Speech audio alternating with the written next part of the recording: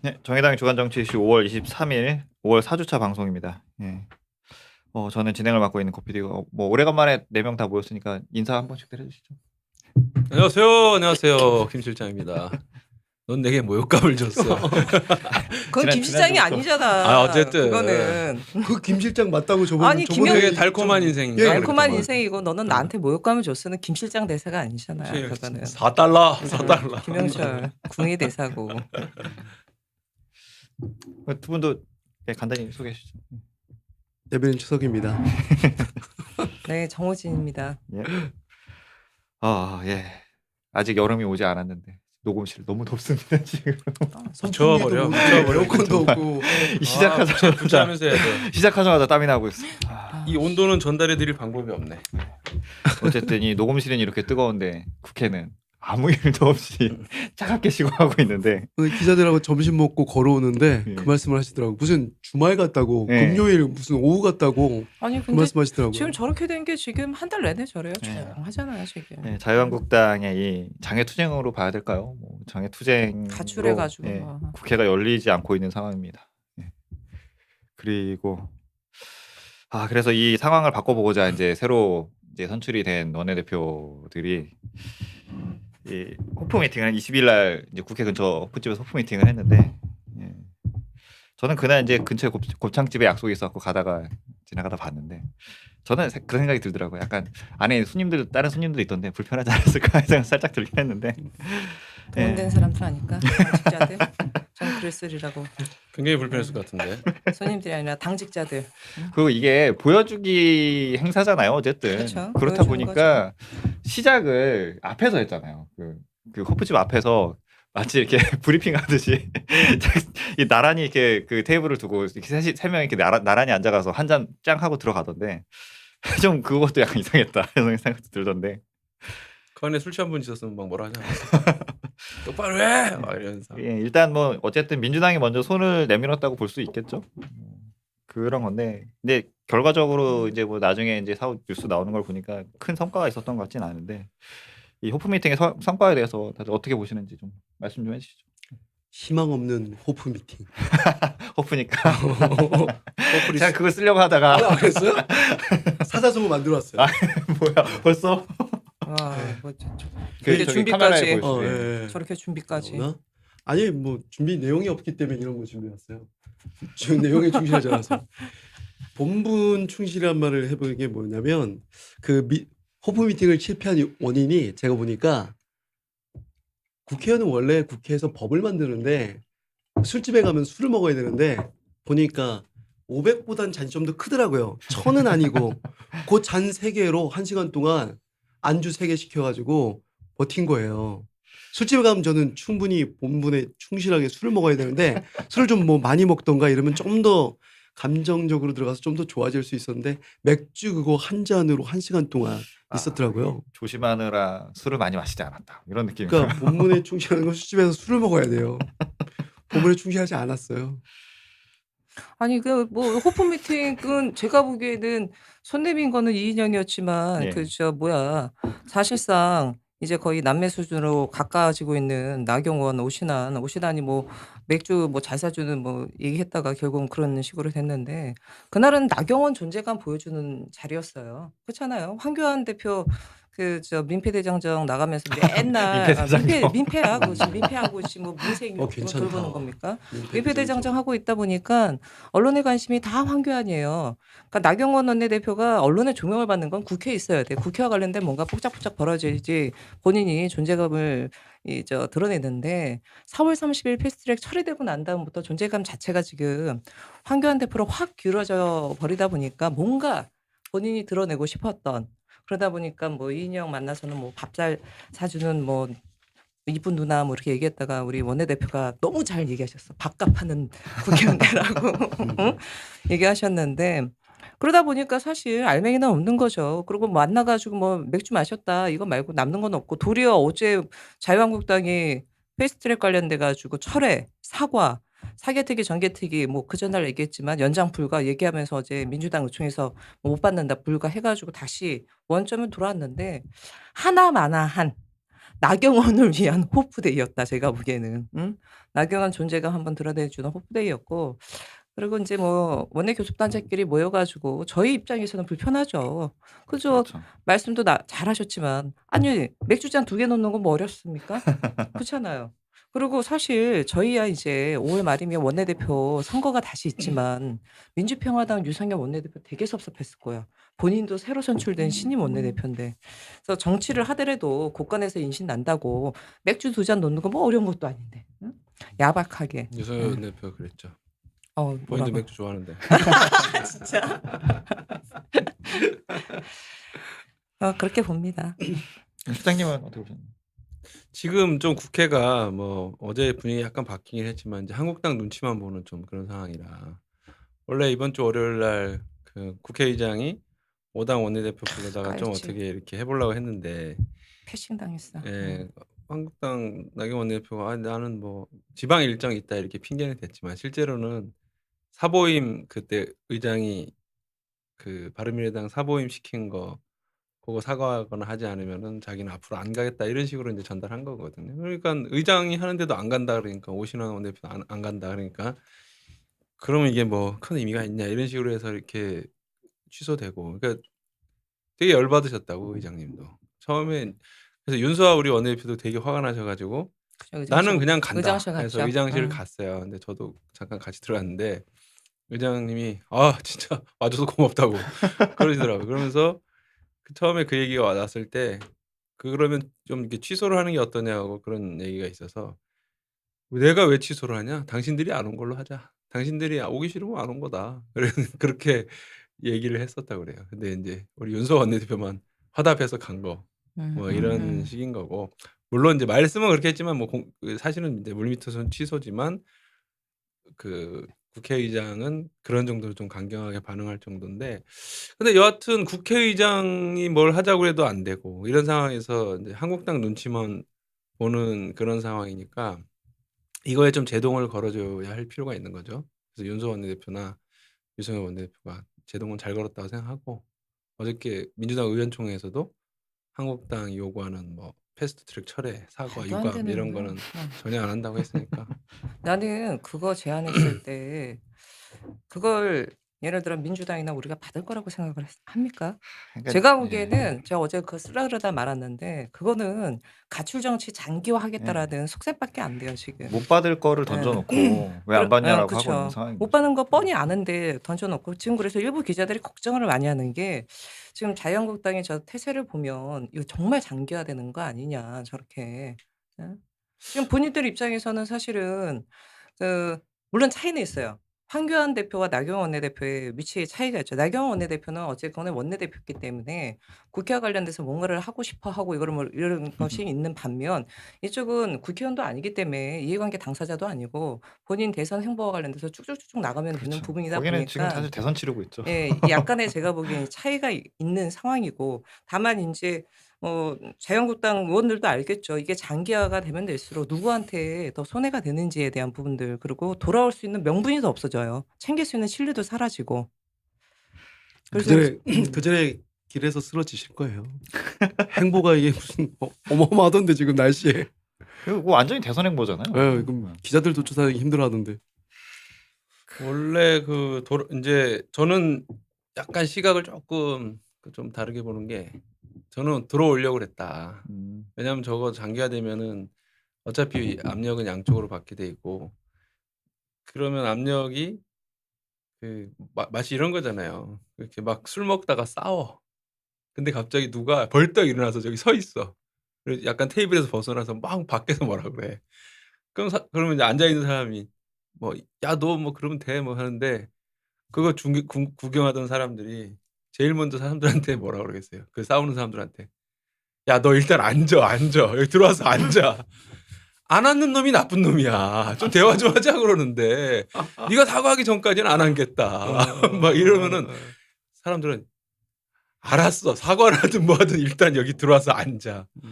이게 압박이 될 거라고. 그러니까 왜냐면 자기가 지금 싸우다가 서 있는 꼴이거든. 테이블 옆에 나가가지고 밖에서 막 화를 내고 있는 꼴이기 때문에 명분도 없고 자칫 잘못하면 이 테이블 국회 안에서 예를 들면 이제 심상정 의원 같은 사람이 정개특위 다시 소집합니다. 빨리 들어오세요. 소집 안 하면 안 오시면 이대로 간다. 음. 뭐 할 수 있는 거거든. 아 그러면 근데 타임을 놓쳤다 그랬잖아. 들어올 타임을 말씀하시기로는. 그걸 무리를 한 것 같아요. 이게 뭐냐면은 그 이인영 원내대표가 이제 호프 미팅을 하면서 무엇을 이제 본인들은 안 했다고 하지만 실제로는 다 했다고 이제 확인되는 게 있잖아요. 유감 표명 정도는 할 수 있다. 이런 식으로 이제 했다는 게 정설이잖아요. 그런 적 없다. 뭐 이렇게 하지만 그리고 그거를 실제로 이제 민주당 의원총회에 갖다 놓고 하려고 했는데 문제는 한국당에서 야, 쟤네가 육아 표명한대. 그러니까 이제 더 세게 나온 거 아니야. 그렇지 유감 표명에 그러니까. 더해서 패스트트랙 사과와 철회까지 철회, 말도 안 되는 얘기까지 한 유감뿐만 거지. 아니라 사과하고 철회까지 쓱 다시 들고 이렇게 물밑으로 들고 온 거지. 그러니까는 그걸 딱 보고서 민주당 의원총회에서는 거봐라 이거 똥 먹는 놈은 계속 똥 먹게 돼 있는 거다. 막 집어쳐라 막 이러면서 이거 받을 수 없다. 해가지고 결과적으로 이제 더 민주당은 더 강경해진 상황. 그러니까 제가 볼 때는 나경원 원내대표가 어찌어찌 해가지고 이렇게 좀 모양새 만들어서 가려고 했지만 좀 잘 안 됐고. 그래서 저는 오늘의 사자성어를 미리 얘기하자면은 엉거주춤. 뭔가 이게 딱 들어와서 이렇게 앉으려고 했는데 약간 이상하게 해서 이렇게 손가락만 이렇게 한쪽에 테이블 옆 테이블에다 손 한 번 이렇게 좀 얹어놓고 있는 상태. 뭐 그런 상태라고. 뭐 어차피 그럼 뭐 보여집니다. 5월은 점프네 뭐. 5월은 점프고 그렇죠. 6월에 일단은 지금 추경 문제가 걸려 있기 때문에 추경이 지금 4월 달에 올라간 거죠. 예, 그러니까 한 달이 지금 넘었죠. 상정조차 안 돼 있고 지금 날은 더워지고 있고 그러기 때문에 이 6월에 추경 처리와 관련된 부분 해서 국회가 뭔가 재가동이 되면 모르겠는데 안 되면 그렇고 또 하나는 지금 정개특위 같은 경우 사개특위 6월까지 활동 시한을 예. 뒀던 부분이 있기 때문에 연장도 해야 되는데. 연장 관련된 부분이라든가 지금 패스트트랙 태웠기 때문에 요 활동 관련된 부분 때문에 6월 중에는 지금처럼 아무 일 없이 그냥 가지는 않고 뭔가 좀 뭐 있겠죠. 그러면은 뭐 어쨌든 이 호프 미팅 끝나고 나서 이제 22일 날 의원총회 때도 되게 강경한 의견이 나왔잖아요. 고소고발 처리도 없고 뭐 들어주면 안 된다 그런 식의 의견이 나왔고 또 상황이 이렇다 보니까 바른미래 이제 오신환 원내대표 같은 경우 이제 그 브리핑에서 되게 가능성 없는 요구 조건은 하면 안 된다 이런 식으로 되게 좋은 얘기를 하셨더라고요. 그래서 안 돌아오면 자유한국당 너네들만 손해니까 들어와야 된다 뭐 이런 얘기도 하고 하셨는데 그렇다면은 6월에 이제 말씀하신 대로 복귀를 생각을 하게 된다면은 복귀 명분이 뭐가 될까요? 자유한국당 복귀 명분. 뭔가 이렇게 뭔가 건수는 있어야 되잖아요. 그러게. 근데 어쨌든 뭐 국민 우리는 진짜 그 눈물을 머금고 이 나쁜 놈들 봐주고 싶지 않으나 눈물을 머금고 온다. 뭐 이런 그러니까 여기에서 사과나 철회는 있을 수도 없는 거고 유감평원도 지금 이미 패가 다 까여서 그렇잖아요. 그러면 제가 보기에는 이쪽에서 뭔가 뽁짝뽁짝 움직임 있죠. 너네를 제외하고라도 이렇게 하겠다. 뭐 예를 들어 아까 전에 얘기했듯이 정개특위 지금 활동 시한 연장 관련된 부분이든 뭐든 이런 부분 관련돼 가지고 뭔가 더 이상 우리가 기다렸는데 안 오니까 우리끼리라도 합시다라고 뭔가 움직임이 있으면 제가 보기에는 저들의 저러한 이런 것들을 막기 위해서 뭐 독재를 막기 위해서 우리가 다시 뭐 들어가겠습니다. 뭐 이런 정도 되지 않을까요? 명분이 좀 약하니까 황교안 대표가 쓰러지실 거예요.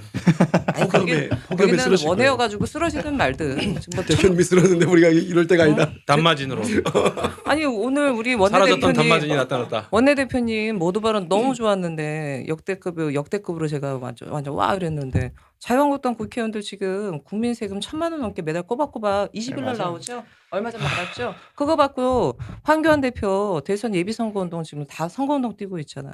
그러니까 이게 그거 제가 초안 잡은 건데. 아 그래요? 그러니까 알고서 얘기한 거지. 알고서 얘기한 거지. 네, 알겠습니다. 그러니까 너무 이게 좋았어. 네. 자유한국당 의원들이 뭐 이 정개특위 관련해서도 무슨 이렇게 의원들 뭐 의원 늘리면 안 된다라는 게 국민 혈세 얘기하고 맨날 이러는데 지금 본인들이 역할을 못 하고 있는 거 아닙니까? 진짜 오늘 그거 나가야 돼. 진짜 국민 세금 1,000만 원 받고 다들 선거운동 뛰고 있는데 뭐야 한 달에 진짜. 그리고 이 10년 어쨌든 이 장애로 나갔다는 게 사실 모르겠어요. 그러니까 그쪽에서는 그 명분이 아주 이렇게 급박한 명분이라고 생각할지 모르겠는데 이 아무래도 우리가 보기에는 자기네들이 버 먹여놓고 지금 나가서 땡깡 부리고는 약간 이런 모습이잖아요. 그런 것 때문에 이렇게 철새를 낭비하면서 의원을 늘리면 안 된다라고 얘기하는 게 참 앞뒤가 안 맞는 행위다 이런 생각도 들고. 아마 여론조사가 한 번 정도 더 나와서 일단 한국당이 국회에 복귀하는 게 우선이다. 뭐 이런 여론조사가 점점 세지거나 딱 그거라니까. 일단 싸우는데 누가 일어나 가지고 옆에서 밖에서 막 화를 내고 있는 거야. 그래서 일단 앉아라. 그런 여론이 좀 더 강해지면은 뭔가 명분을 그렇죠. 만들 텐데 근데 제가 이제 며칠 동안 이인영 원내대표의 이 행보나 태세를 좀 보니 뭔가 성과를 내야 된다 이런 생각이 되게 강한 것 같아요. 그래서 유감이라든가 이런 거를 이제 지금 민주당이 먼저 본인들이 유감 표명한 후에 한국당이 복귀하는 건 절대 해줄 수 없다.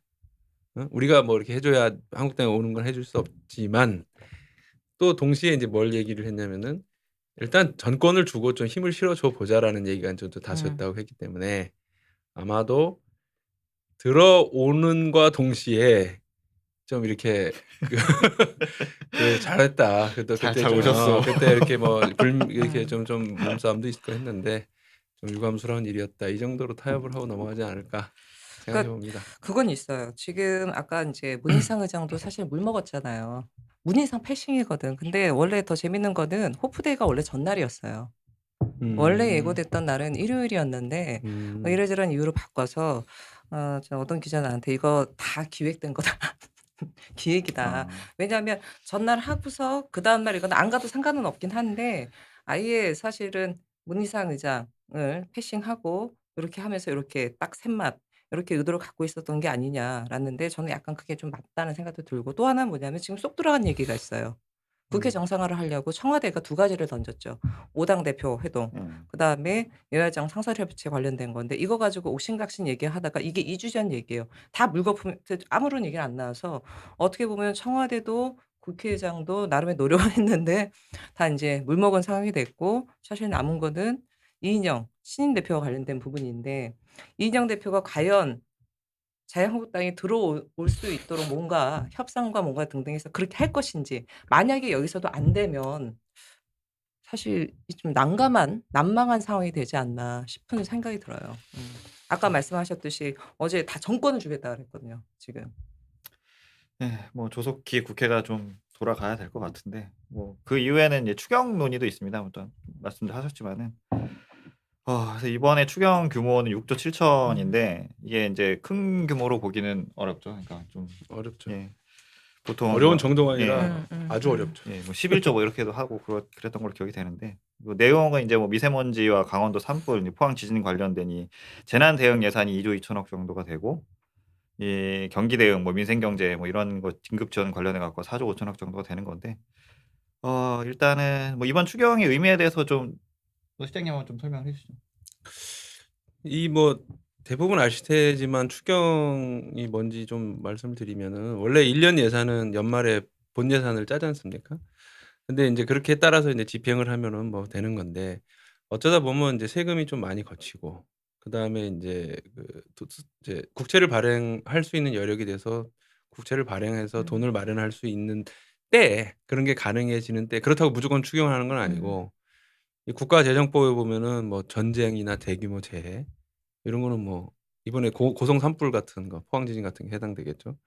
그다음에 경기 침체 대량 실업. 그러니까 지금이 뭐 어마어마한 경기 침체라기보다는 경기 침체의 초기 국면 같고 막 그리고 인제 실업도 점점 이렇게 강화되고 하니까 요런 걸 가지고 인제 추경을 할 명분이 생기면 아까 말해서 세금이 남는다거나 하면 이렇게 추경할 수 있는 새로 예산을 짜서 그걸 정부가 집행을 해 가지고 정부가 인제 마중물이 되는 거죠. 인제 요게 추경이지 않습니까? 근데 이번에 추경이 아까 고문석 차장이 얘기한 대로 6조 7천억 규모예요. 근데 이 추경이 뭐 6조 7천억 그렇지만은 실제로는 그렇게 큰 게 아니에요. 그러니까 오히려 이게 거꾸로 됐는데 지금까지 추경 예산을 이렇게 좀 보면은 2003 년부터 2008년 그러니까 노무현 정부에서 인제 이명박 정부 초기 이럴 때는 4.5조, 3조, 뭐 2.5조, 많아야 4.9조, 적을 땐 2.2조 밖에 안 했어요. 그러니까 굉장히 작은 규모였는데 2009년에 금융위기 나와서는 인제 한 28조로 들고 그다음에도 뭐 17조, 16조, 11조 뭐 이런 식으로 계속 10조 원을 넘는 규모가 계속 유지돼 왔어요. 이명박 박근혜 때. 근데 인제 문재인 정부 때 인제 6조 이렇게 축소가 돼 있는 거죠. 그래서 오히려 지금이 더 경기 음. 침체가 있고 한데 좀 더 이렇게 과감하게 재정 정책하고 적자 재정하고 할 필요가 있지 않냐. 요런 게 있는 거고. 근데 이제 반대로 한국당은 이 돈 풀어서 경제 살려 가지고 뭐 해 보려고 한다. 자기들이 할 그게 때는 뭐돈 더 많이 했다고 그런 아니 거 추경이 같아요. 원래 돈 푸는 거잖아요. 그렇지. 푸는 거죠. 추경이 취지가 돈 푸는 건데. 그렇지. 원래 그 정부라는 데가 정부라는 데가 막 국민들한테 세금을 싹 거둔 다음에 그걸 가지고 우리 한 푼도 안 썼어요. 와 화이팅 막 하면은 그래 어째 돈이 안 돌더라. 알뜰하구나. 그럴 사람들이 정부가 아니라 은행이요. 그렇게 하면은 저런 그러니까 마치 동네 최고 부자가 내가 여러분들이 많이 벌어주셔서 곳간에다가 150석을 쌓아놨습니다. 근데 너네들에게는 하나도 안 줄 겁니다. 여러분한테 주지는 좀 곤란하고요. 뭐 이런 거잖아. 그러니까는 물론 이게 그 보수파에서는 뭐 미래 재정이 나갈 걸 대비해서 지금 좀 쌓아놓을 필요가 있다 하지만 오히려 지금 그거를 저 효율적으로 집행하고 정부가 능동적으로 쓰면은 경기가 활성화돼서 세수가 더 거치고 이러면서 이제 그 재정 적자를 계속 메꿔나가는다고 하긴 하거든요. 예. 지금은 뭐 긴축 균형 이런 거보다는 확장 재정 뭐 이런 식으로 가는 게 맞는 것 같고요. 근데 그거는 있는 것 같아요. 뭐 우리 실장님이 한번 답변해 주셔도 될 것 같은데 추경이 사실은 1사분기 내에서 이루어진 거는 제 기억으로는 거의 없어요. 그렇죠? 네. 추경이 보통 이루어지는 게 9월 이런 맞아요. 때 하반기 때 많이 하반기에. 이루어졌고 왜냐면 국회 예산 통과했던 게 우리 얼마 안 됐잖아요. 12월 달에 방망이 꽝꽝꽝 하고 우리 쏙 빼놓고서 이제 민주당이랑 자유한국당 더불어 한국당 해가지고 그때 우리 네. 막 뭐라 했었는데 근데 이번엔 제 기억으로는 1사분기 내에서 추경안이 편성돼서 국회에 온 것은 제 기억으로는 좀 처음인 것 같아서 사실 그거 관련돼서도 좀 꼭 그렇지는 않을 거예요. 이게 우리가 통과시킨 게 항상 이렇게 뭐 9월이나 8월이나 이렇게 되는 경우는 있지만 대체로 중간쯤에 이렇게 그 한 6-7월 정도 네. 되면은 추경이 필요하다. 왜냐면 논의는 6-7월 세수가 거치는 게 딱 보이니까. 아니 그래서 이제 보통 보면 그 상반기 정도 경과되는데 네. 이건 사실 뭐 좀 1사분기여 빠르긴 가지고 하죠. 이건. 상대적으로 좀 빠르다. 다만 여기서 인제 예를 들어서 그 고성산불이라든가 이건 예기치 못한 네. 일이었기 때문에 긴급하게 이런 부분이 필요하다라는 부분에 있어서 고 부분과 관련된 거나 포항 지진 같은 경우는 나름 좀 설득력이 있는 부분이 있는데 한편으로는 그 외 부분과 관련된 거는 사실은 넉 달 전에 아니면 뭐 석 달 전에 이미 좀 편성이 반영이 됐을 수도 있었던 것이 아닌가 이런 좀 의구심이 들더라고요. 그렇죠. 그건 지적할 수 있죠. 그렇게 할 거면 좀 그전에 예산을 좀 더 그쵸. 이렇게 국채 발행 규모도 좀 키우고 아, 그 세수가 들어올 걸 감안해 가지고 더 하고 했어야 되는 거 아니냐 이런 비판을 받을 수 있는 거죠. 국채 발행하면 또 신재미 그렇지. 지치. 또 생각나고. 그래서 저는 약간 그 부분이 좀 의심스러웠어요. 4조의 후반. 아니요 고성산불이나 포항 같은 그건 경우는 어쩔 수 충분히 없어요. 할수 있는 2조는 부분인데. 괜찮은데 네. 4조 자체가 좀 예.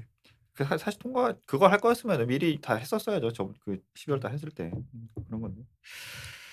뭐 관련을 해서 뭐 더 얘기를 해보자면은, 그러니까 뭐 이번 추경에도 그렇고 이 확대 재정 정책에 대한 논쟁들이 많이 있습니다. 그래서 이게 이제 저희 같은 이 진보 블록에서는 복지국가로 가는 길이다 이런 평가로 이제 뭐 해야 된다라고 보통 얘기하고 있긴 한데, 이제 이 뭐 재정 건전성 측면이나 뭐 이런 좀 신자유주의적 측면에서 얘기를 하면은 이런 거 하면 안 된다라고 또 얘기를 하고, 그러니까 어떤 좀 철학적인 차이가 있는 것 같기도 한데, 그래서 이제 또 얼마 전에는 또 문재인 대통령이 국가 채무 비율 40%로 제한해야 되는 게 그 근거가 뭐냐 이런 것도 물어보신 적 기재부랑 토론했던 경우 그것도 이제 뉴스에 나왔었는데, 네, 뭐 그것도 이제 영국, 프랑스 뭐 이런 데 다 100% 넘고 일본은 200% 넘어가고 이런데 우리는 왜 40%에 묶어놔야 되냐. 근데 물론 이 논의 자체는 미국 같은 경우에는 기축 통화를 갖고 있으니까 그런 것도 있고, 또 그쵸. 일본은 네. 빚을 대부분 자국민에게 내는 빚이기 때문에 그렇게 간단하게 그렇게 좀 러프하게 볼 건 사실적으로 아니에요. 딱 비교할 수 있는 문제는 그런 아닌 거죠. 부분은 아니라고 수치상으로는. 하던데, 근데 이게 어쨌든 40%가 한계라는 것도 근거가 좀 불분명하다는 얘기 말이 많더라고요. 이게 박근혜 정부 때부터 이게 좀 회자되지 않았나요?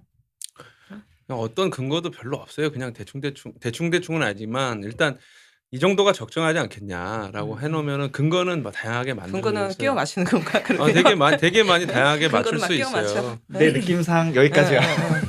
아니 물론 그 예를 들면 이제 그 명목 경제 성장률을 뭐 재정 관리 뭘로 이렇게 나누어서 뭐 몇 프로가 되는 거를 딱 하면 된다 이런 나름의 이제 국제 기구들 뭐 EU 같은데 그런 거 갖고 있는 게 있어요. 그래서 거기는 그걸 계산을 자기들이 그 시기에 따라서 해봤더니 모든 나라가 GDP의 3% 이상 적자를 보면 안 된다. 아무리 지더라도 뭐 이런 왜냐하면 그 성장률하고 그 GDP의 3%뭐 이런 걸 갖다 이렇게 맞춰보는 거예요. 근데 그런 기준은 있는데 그런 애초에 그 맨 앞에 기준이 되는 거, 그 수식의 맨 앞에 있는 게 무조건 올바르냐, 뭐 그런 거는 이제 따져볼 필요가 있을 것 같고, 그다음에 이게 재정도 재정이지만은 저는 근본적으로는 사상적 차이가 어디서 오냐고 보냐면은 이제 어쨌든 국가는 돈이 있는 거 아니에요? 돈이 있는 건데 민간이 갖고 있는 돈도 있고 정부가 갖고 있는 돈도 있고 그 돈을 누가 쓸 거냐에 대한 믿음에 대한 문제가 철학에서 제일 커요. 그러니까 만약에 국민들이 100을 벌어 가지고 그중에서 인제 정부가 50을 세금을 걸어서 민간이 50을 인제 쓰고 정부가 50을 쓰면은 다 이렇게 쓰면은 총액은 비슷해지잖아요. 근데 정부는 그런 거를 제대로 쓸 줄 아는 인간들이 별로 없다. 비효율적이고 낭비가 심하니 민간이 70을 쓰고 정부가 30만 걷어서 조금만 쓰고 즉 왜 국가가 그렇게 많이 세금을 걷느냐 이거죠. 그러니까는 국가가 그렇게 세금을 많이 걷는 것이 그 신자유주의나 이런 거에서도 불만인 거고. 근데 이왕 많이 거쳤어. 그럼 차라리 쓰지를 마. 그냥 그걸 갖다가 어디다 쟁여 놓고 그 건전성을 유지하는 데 써. 뭐 부채도 지지 말고. 이 정도 이렇게 논리로 이렇게 좀 전개가 되는 것 같더라고요. 네. 덥네요.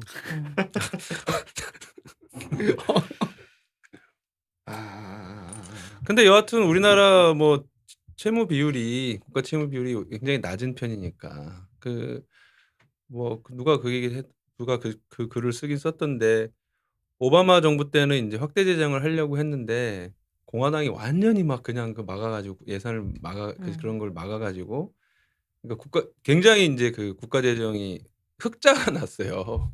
이걸 막 쓰고 싶은데.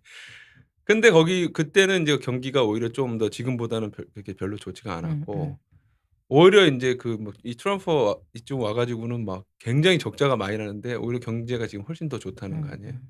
그러니까는 물론 뭐 선후차 관계를 좀 따져볼 필요가 있지만 정부가 그러니까 적자를 보는 것이 그렇게 완전한 문제인가? 오히려 경제가 활성화되면 세금도 더 거치고 장기적으로 바람직한 게 많은데. 근데 이게 약간 그 논리랑 비슷한 것 같아요. 세금이라는 게 사실 심리학적인 요소가 크다고 그 세금을 많이 내는 것 자체에 대해서 굉장한 부담이 있는 거잖아요. 근데 사실 그 세금을 낸다고 해서 그것이 남의 사람들한테도 쓰이는 것도 있지만 나한테도 돌아오는 부분이 있는데 말씀하셨듯이 예를 들어서 적자라고 한다면 빚을 낸다. 이건 마이너스다라는 그런 심리적 불안을 그렇죠. 주는 거고 흑자면 이게 나한테 안 들어오는 거라도 좋은 거야.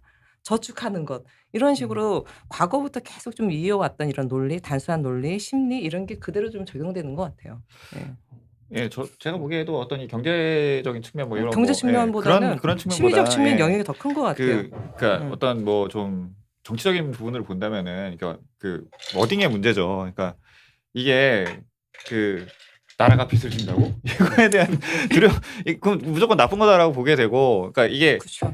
이제 이 보수적인 보수 매체들 같은 경우는 매체에서 나라 이제 국가 거덜난다. 공격이 이런 들어오는 거잖아요. 게 국민 혈세 낭비 뭐 이런 식으로 공격이 들어오면은 그런 거에 대해서 좀 국민들 설득해 나가는 게 되게 어려운 과정이 된단 말이에요. 아니 국민들은 진짜 국민 혈세 국민에게 낭비. 아니 국민들은 지금 돈이 안 들어가지고 괜찮다. 경기가 어렵다고 되게 하는데 괜찮다. 나라 국권에 예. 돈 많이 쌓여가지고 예를 들어 조중동 같은 경우는 국민들은 민생 어렵다 그러면서 나라 국간 두둑해져 막 부자 나라 될 수 있어 막 이런 식으로 갈 거 아니에요. 그러니까 이게 국가가 빚을 진다라는 게 꼭 내가 빚을 지는 것 같고 이렇게 느끼게 되는 게 그게 좀 문제인 것 같다는 생각도 그러니까 들고. 그러니까 이 IMF 때 이런 경험도 있어서 IMF 때 이제 나라에 외환이 없으니까 한번 거덜났으니까 돈은 좀 갖고 있어야 된다. 뭐 이런 것 같은데 뭐 외환 갖고 있는 거랑 뭐 그런 채무나 게 이런 거 좀 굉장히 다른 크다. 거니 국가 채무는 다른 거니까. 그러니까 약간의 국가 재정과 우리 집안 재정과를 일치시키는 경우가 있어. 그게 IMF 영향이 굉장히 큰 것 같다. 외환위기 오고 금모으기 하고 뭐 이러면서 국가가 부도나면 나도 부도난다 이런 식으로 해서 그리고 또 혼연일치가 됐지 그때. 얼마 전에 있었던 그 신재민 사건 같은 경우에는 또 그런 거 있잖아요. 그러니까 아니 국가가 국민을 상대로 사업하거나 장사하는 이 이 기구가 아닌데 이 수익을 내야 한다라는 측면으로 접근을 하는 것 같단 말이야. 아무리 봐도 그런 건 정말 이상한 일인데. 균형 재정에 신화지. 네. 균형 재정. 걷는 만큼 써야 한다는 게 균형 재정의 신화인데. 이게 저는 그런 생각이 들더라고요. 복지국가를 오히려 좀 부각을 시키는 게 더 낫지 않을까. 복지국가로 가는 길이 이 길이다. 이런 걸 좀 국민들이 설득을 해야 되는 게 아닌가. 복지국가가 뭔가에 대해 설득을 하고 그런 측면이 있지 않을까 그런 생각이 드는데. 네. 이게 너무 어려운 얘기를 사실 깊게 들어가기는 어렵고. 다음번에 뭐 추경 이제 뭐 또 논란 네, 될 때 한번 한번 좀 또, 얘기하던가. 사실은 저는 MMT라고 그게 약자 뭐였죠? 현대통화이론이었나? 모던 머니터리 시어리. 그런 미국에서 이제 그런 논의까지 있는데 그게 되게 러프하고 간단히 생각하게 되면은 그냥 거기는 기축통화국가이기도 하니까 돈을 그냥 국가는 빚을 지지 않는다. 그러니까 돈을 찍어서 그냥 뿌려라. 그리고 인플레이션이 오면 커더라. 세금으로. 이 논리인데 이런 말까지 나올 정도로 이제 확대 재정에 대한 이 논의들이 많이 커지고 있는 상황인데 우리나라는 너무 좀 소극적인 게 아닌가 이런 생각이 들더라고. 문재인 정부에서도 좀 전향적으로 생각할 필요가 있지 않을까. 네. 생각이 들고. 어쨌든 그렇게 좀 이번 주의 얘기는 좀 이렇게 좀 정리를 해보도록 하고 사실 또 마지막으로 좀 말씀을 드려야 될 거는 그 전에 사자성어를 이미 하셨네. 우리 정호진 대변인만 나 사자성어하면 돼요. 얼토당토. 아니 사실 저는 엉거주춤하고 패스트트랙 되고 난 다음부터 자유한국당의 모든 행적을 봤을 때는 정말 어이없네 적반하장. 이게 정말 아직도 귓가에 맴맴거리는데 했더니 또 하기 뭐하니까 너무 얼토당토야 나가지고 어제 패스트트랙 처리하고 사과하라고 말할 때도 이거 안 되는 거 뻔히 하면서 누울 자를 보고 다리를 뻗어야지 이 얼토당토. 더군다나 5.18 때 문재인 대통령의 독재자의 후예 얘기했는데 콕 찍어서 얘기한 거 아니잖아요. 독재자의 후예자가 아니라면 뭐 이렇게 얘기했는데 막 발끈해가지고 도둑이 제발저린 각이지. 갑자기 또 남로당의 후예까지 나오고 정말 얼토당토. 얼토당토 한자예요 혹시? 아닌 것 같은데. 아니 한자는 아니겠구나. 얼토당토. 그리고 뭐 도대체는 한자. 뭐 오늘도 좀 크게 이슈가 됐지만 강유상 의원이 한미 정상회담 외교관 통해 가지고 대화 내용 입수해가지고 난리가 났는데 이거 상급 국가기밀인데다가 외교 기밀 누설이고 좀 심각한 사안인데 나경원 원내대표가 이거를 두둔한다고 한 얘기가 국민 알 권리 공익 제보래요. 그래서 야 그렇게 국민 알 권리 100번 양보해서 국민 알 권리면 왜 이명박 박근혜 정부 당시에 정상회담 내용은 왜 공개를 안 했는지. 아니 그리고 이게 정말 공익 제보면요. 오늘부로 전 세계의 간첩들 다 공익 제보자예요. 이렇게 되면. 아니 그게 진짜 얼토당토. 사실 공개한 내용을 봐도 그게 이제 좀 뭐라고 해야 돼? 그걸 국민들에게 되게 중요한 뭐 사실이어서 알린다라는 그런 의도가 아니라 나는 대통령을 망신 주고 싶다라는 의도 아니야. 솔직히 얘기해서. 굴욕 외교했다. 뭐 이런 거고. 그냥 그 의도가 그건데 그게 무슨 뭐 국민의 알 권리에 저는 그거는 진짜 좀 그 강효상 의원 좀 나쁜 사람들하고 진짜 그러니까. 이력을 쭉 봐도 그렇고 진짜. 별로야. 예. 사람이 좀. 정말 아까 이거 녹화 전에도 얘기했지만 영화 내부자들에서 그때, 여러 예. 캐릭터들이 나오잖아요. 그때 누구야?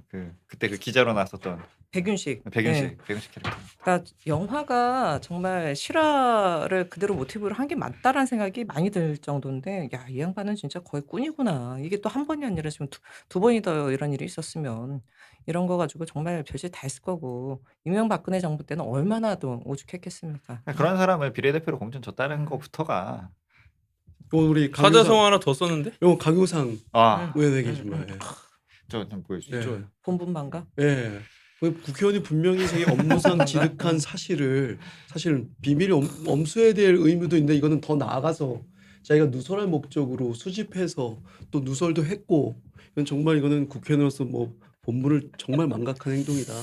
그렇게 생각이 들어요. 진짜 이거 국가본법 위반. 예, 뭐 국민의 알 권리도 없고. 예, 국가본법. 아니 사실 저는 이 어떤 국회의원의 뭐 이렇게 어떤 뭐 비밀 폭로 이런 걸 얘기하면 사실 저는 노회찬 대표님 생각이 나는데 공익을 위해서거나 국민을 위해서 국가를 위하거나 그거는 정말 네. 공개를 해야 되는 범죄를 범죄를 공개를 해야 폭로한 되는 거죠. 정보였었잖아요. 범죄 폭로죠, 네. 그거는. 근데 그런 거를 얘기할 때 국민의 알 권리를 얘기를 하는 거지.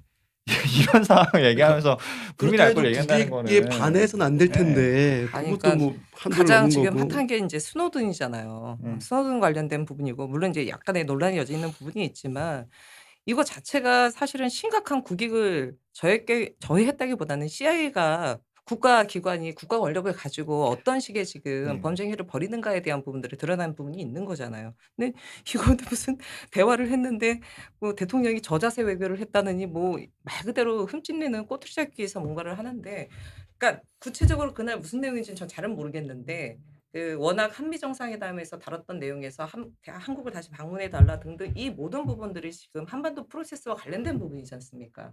한반도 평화 비핵화 관련된 부분이면 자세한 내용은 모르겠지만 그거를 이루기 위한 것이라면 저는 대한민국 대통령이 구력 외교를 하든 저자세 외교를 하든 그걸 이루기 위해서라면 저는 할 수 있다고 봅니다. 근데 뭐 이거는 그냥 흠집 하나 내려고 예. 꼬투리 잡고 이것저것 불법 행위까지 저지르면서 이거를 국민 알 권리 공익 제보라고 하니까 진짜 얼토당토 않죠. 아니 그냥 정말 그냥 대통령 망신주의 하려고 한 것 같고 그걸 무슨 국민 알 권리 참 어이가 없습니다 진짜. 이 없네. 그거 공개한 시점이 언제죠? 9일 5월 9일 날 그 강효상 의원이 기자회견을 한 거였죠. 근데 다만 인제 그 뭐 저는 뭐 그것까지 꼬투리 잡고 싶은 생각은 데 청와대가 "그런 건 사실 무근이다."라고 그때 인제 고민정 대변인이 얘기를 했다가 청와대 내에서 인제 외교부랑 같이 내부 사찰을 진행한 거죠. 하고서 드러난 거죠. 아니 이게 저는 한 번이 아니라 그 그 이전에도 2번씩 이런 일이 있었다 그 이래서. 뉴스를 보면서도 강효상 의원이 요구를 했다고 그걸 내려면 내준 그 음. 외교부 그 관리들도 참 이게 좀 너무한 거 아닌가. 미 대사관에 근무하는 예. 외교관이라면서요. 고등학교 후배. 선배가 얘기한다고 그 내려면 내주는 것도 참. 진짜. 아니 그 양국의 대통령이 그렇게 그 고등학교 무슨 고등학교예요? 대화를 나 어디서 봤는데. 해병고등학교 아니에요? 해병고등학교. 그 분이 그 교훈이 좀 이상한 거 아니야? 몇 그거? 개야 몇 해야 그래갖고 그 학교에서 아니에요? 빨리 성명서 내야지. 우리는 그렇게 가르치지 않았다. 네, 어쨌든 오늘 방송을 마무리하기 전에 또 제가 말씀드릴 게 한 가지 있습니다. 오늘이 5월 23일인데 오늘이 노무현 대통령 10주기입니다.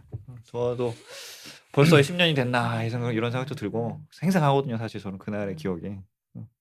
그 돌아가시고 10년 동안 사실 세상이 거꾸로 가는 이 경험도 했는데 어쨌든 오늘부터는 더 나은 세상으로 가는 이 도약의 출발점이 됐으면 좋겠다 이런 생각이 들어서 말씀을 드리고요. 뭐 네. 클로징 한마디씩 해주시죠. 네, 그 깨어 있는 시민들의 조직된 힘으로 사람 사는 세상을 꿈꿨던데 사실 저는 민노당 시절에 이제 여당과 야당으로서 제가 또 대변인도 하고 해서 이제 뭐 좀 세게 비판도 한 부분도 있었고 그래요. 저도 했는데 그랬어요. 크게 보면은 이제 저도 뭐 그랬어요. 그렇다고 해도 뭐 당시 새누리당 뭐 그런 거다라고 그렇게 한 건 아니었는데 마지막에 좀 너무 그 비극적으로 운명하셔가지고 마음이 좀 많이 아팠죠. 어쨌든 지금 정의당도 뭐 노동의 희망, 시민의 꿈 이런 모토를 갖고 있으니까 잘 이어나갈 수 있다고 봅니다. 저는 노무현 대통령은 촛불의 전 시작이라고 생각하거든요. 그리고 지금 촛불 정부가 됐는데 촛불 정부에는 그는 없지만 아직까지 노무현의 가치는 충분히 성장하고 있다. 예, 살아있고 그런 생각이 들어요. 조현 대변인 뭐. 한 말씀 해주시죠. 저도 그때 당시에 뭐 다들 뭐 자기 고백 뜻을 같이 하는 입장은 아니었지만 특히 뭐 저는 이제 그때 한미 FTA 당시에 그때 청와대 앞에서 농성할 때 계속 거기 있고 그때 당시에 이제 대통령 만나겠다 했는데 대통령은 안 나오시고 비서실장이 나왔는데 비서실장이 나왔다고 그것 때문에 그거 가지고 화내고 그랬어요. 근데 나중에 그분이 대통령이 될지 그때 꿈에도 생각 못했어요. 그쵸. 그러니까 뭐 그때 그랬구나. 예. 글쎄 뭐 여러 가지 평가가 있을 수 있을 것 같은데 그런 건 있는 것 같아요. 어제 이제 유시민 작가 어머님 뭐 별세 때문에 그런 생각도 좀 들었는데 모든 인간이 돈이 많고 적금을 떠나서 권력이 있고 없음을 떠나서 지금 행복하냐 안 하냐를 다 떠나서 모든 인간이 주어진 공통적인 건 딱 하나 있는 것 같아요. 모두가 다 예외 없이 죽는다라는. 그 부분에 있어서는 모든 인간이 살아있는 모든 인간에게 다 동일하게 부여된 부분인 것 같은데 예고된 질병이나 등등 때문에 예고된 죽음도 굉장히 슬프고 아프지만 그 예견되지 않은 죽음 자체는 여전히 많은 분들에게 아픔도 있고 슬픔도 있고 더 큰 연민, 더 큰 회한 뭐 이런 걸 불러일으키는 것 같아요. 저희도 뭐 사실 경험했던 사람이고 10년 전에 인제 노무현 대통령이 그런 일이 있었는데 여러 가지 평가가 있을 수 있을 것 같아요. 근데 저는 개인적으로 이렇게 딱 돌이켜 봤을 때 정말 굉장히 시대를 앞서간 아 현실주의자였던 것 같아요. 그리고 특히 본인의 이상과 정치형에서 이상과 현실 사이의 그 괴리에 대한 고통이 굉장히 컸을 것 같다라는 지금 돌이켜 봤을 때 그런 생각이 들더라고요. 그런 정치인이 앞으로 대한민국에 많이 나와야 되는데 많이 나올 것 같지는 않습니다. 예. 뭐 그러면은 오늘 방송은 이렇게 마치도록 음. 하고 뭐 예. 그 유시민 작가가 얘기했던 것 같기도 하고 제가 기억이 좀 가물가물하긴 한데 그 지금까지 이제 살아계셨을 때 노무현의 공이나 과나 이런 거는 다 민주당이 다 가져가라. 우리는 이제 부채는 우리가 예. 가져가겠다. 우리는 이제 이루지 못한 것에 대해서 나아가는 길로 가겠다. 뭐 이런 얘기가 있었던 것 같아요. 그래서 그런 생각도 나고 해서 한번 말씀드려봤습니다. 예, 그러면은 방송 여기까지 하도록 하겠습니다. 예, 감사합니다. 고맙습니다. 네, 수고하셨습니다. 수고하셨습니다.